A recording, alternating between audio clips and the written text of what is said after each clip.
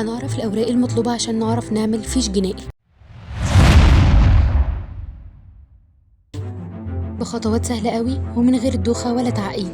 في البداية لازم تعرف إن الفيش الجنائي أو كما يعرف رسميا بصحيفة الحالة الجنائية هو مستند رسمي يصدر عن وزارة الداخلية المصرية من خلال مصلحة الأدلة الجنائية، وبيستخدم لإثبات إذا ما كان الشخص عليه أحكام جنائية أو سوابق قضائية. طب إيه بيانات الفيش الجنائي؟ 1. اسم الشخص رباعي. 2. الرقم القومي. 3. تاريخ الميلاد. 4. صورة شخصية. 5. الحالة الجنائية والجهة المقدم إليها الفيش. طب إحنا بنحتاج الفيش الجنائي في إيه بالظبط؟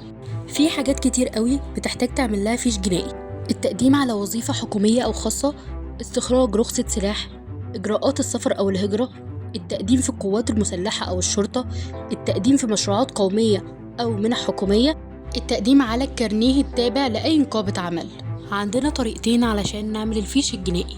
الطريقة الأولى إنك هتروح أقرب اسم شرطة ليك وهتعمله في مصلحة الأدلة الجنائية، بس خلي بالك إن لازم تكون بطاقتك سارية. وبعد كده هتقدم على طلب استخراج صحيفة الحالة الجنائية، بيتم تصويرك إلكترونيا وأخذ بصمتك. بعد كده بتحدد نوع الفيش والجهة الموجه لها، بتدفع الرسوم وهتستلمه تاني يوم أو بعد يومين بالكتير. الطريقة التانية دي طريقة إلكترونية، هتدخل على الموقع الرسمي لوزارة الداخلية، بعد كده تختار من الخدمات استخراج صحيفة جنائية وتدفع الرسوم أونلاين باستخدام فيزا أو فوري.